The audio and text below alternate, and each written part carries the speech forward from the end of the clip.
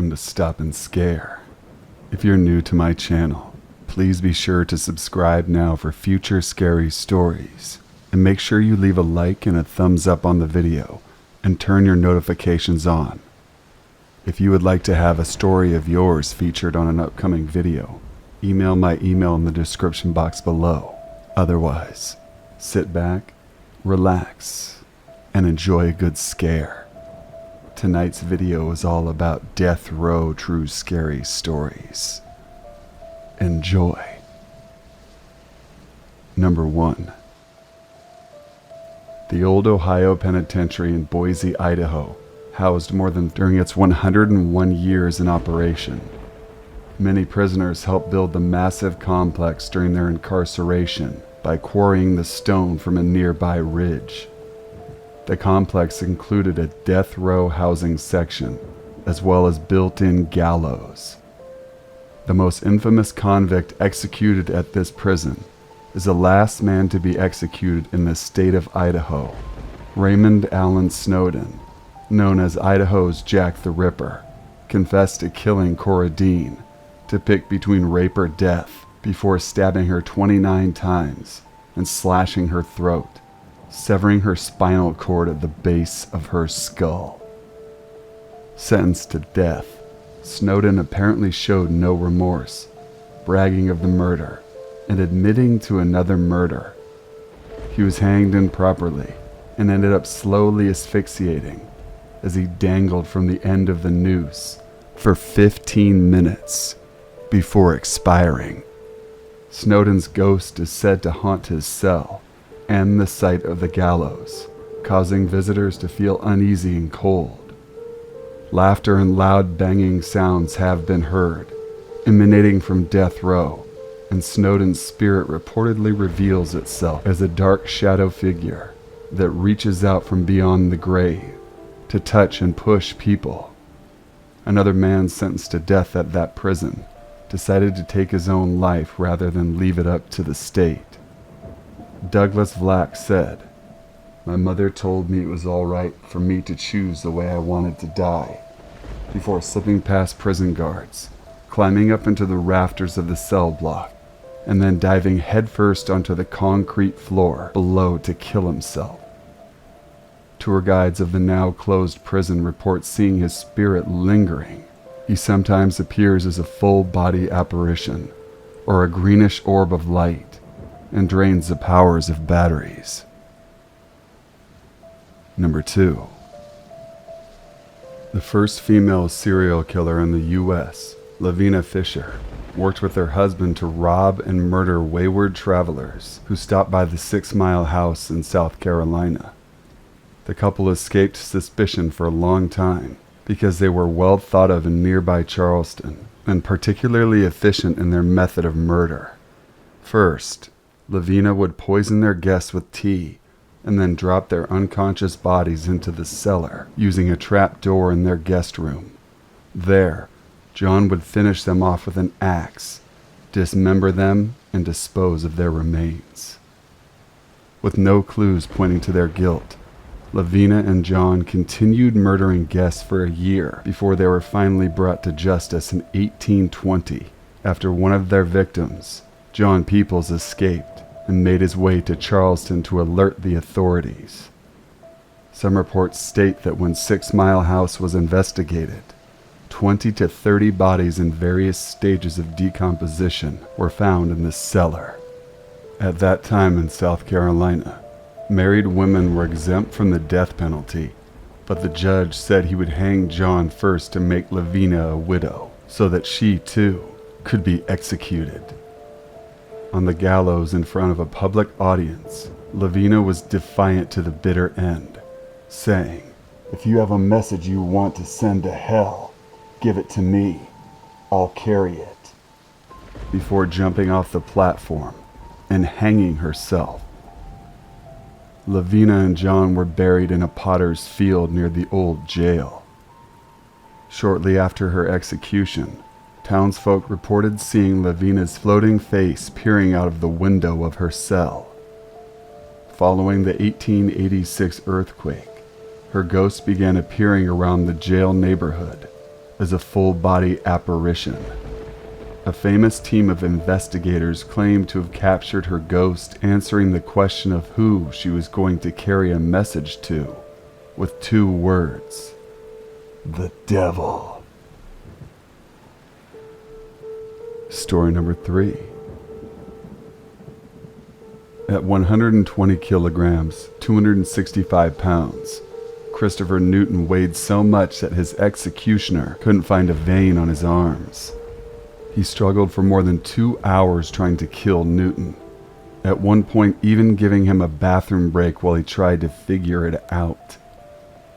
It was the longest lethal injection in history, and it had the most eager victim. Newton, after a hard and unhappy life, had deliberately gotten himself sent to prison by leaving a trail of evidence at the scene of his break-in. Once there, he'd made it a point to get onto death row.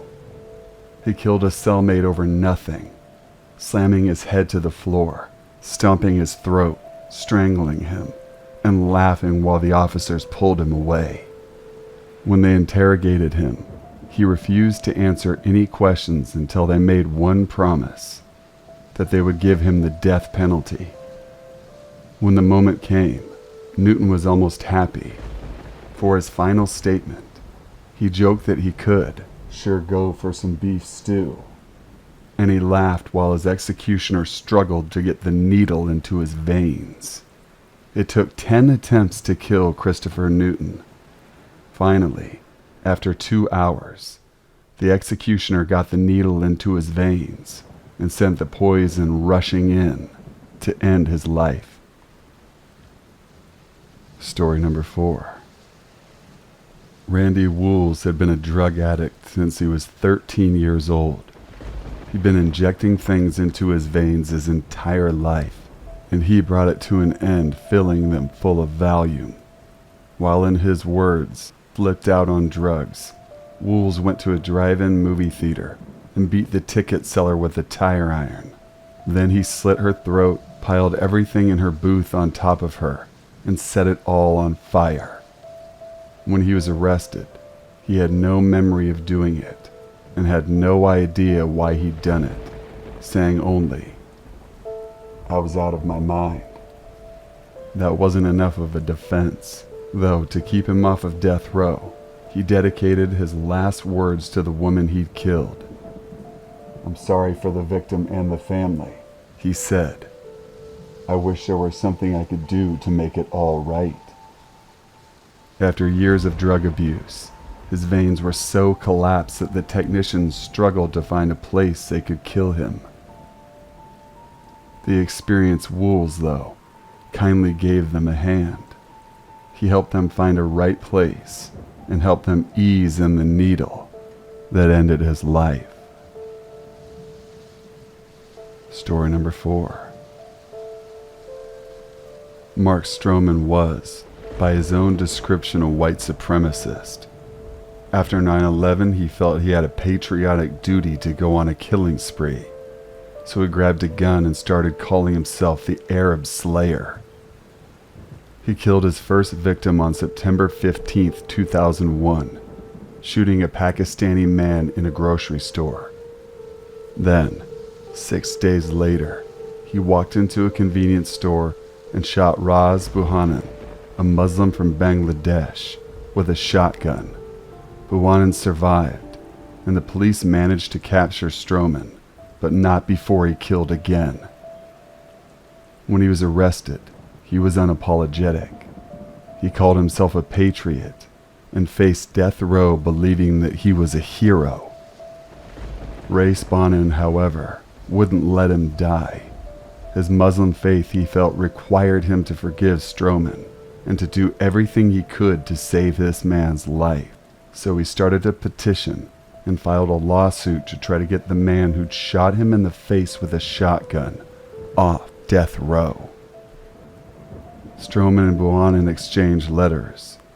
Stroman, seeing that the man he tried to kill was attempting to save his life, said that because this man had taught him not to hate, he was facing his death more content than ever before. For all of Buhanan's efforts, he wasn't able to save Stroman's life. For his last words, though, Stroman told the world what Buchanan had taught him. Hate causes a lifetime of pain. Story number 5. On the day he was scheduled to die, Brandon Joseph Rhodes smuggled a razor blade into his cell. He wanted to decide how he ended his own life. He told his cellmate. He didn't want to be put down like a dog, and so on. And so, on the day he was to be executed, he hid under his blanket and slashed his arms and neck. When the guards realized what was happening, they rushed in to rescue him.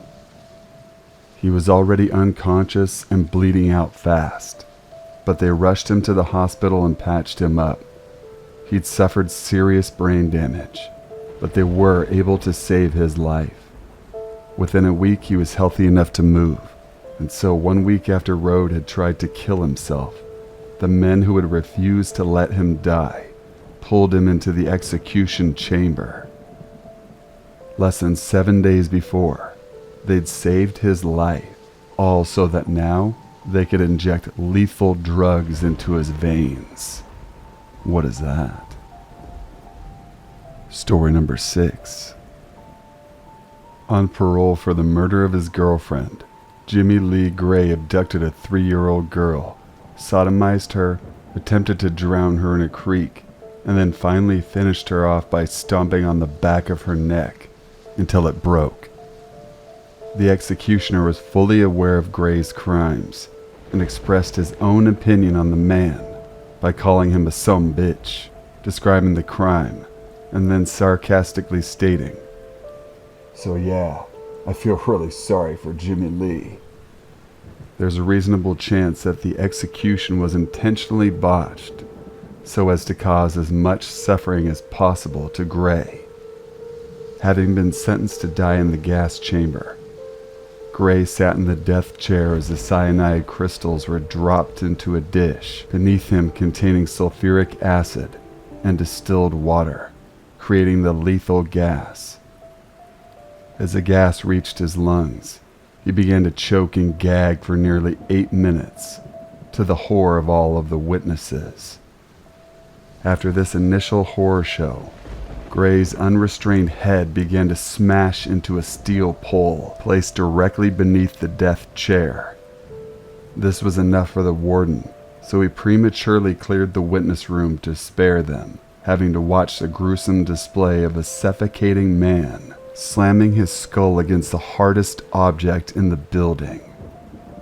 Witnesses reportedly counted 11 groans from the dying man before being mercifully ushered out of the viewing range. The prison maintained that Gray had died painlessly and was brain dead by the time he began his self-destructive episode. Thank you all for watching to the very end. If you're new to the channel, please be sure to subscribe, and please make sure to leave a like on this video. If you want your story featured on an upcoming video, email the link in the description box below. I hope you guys enjoyed the topic of tonight's video.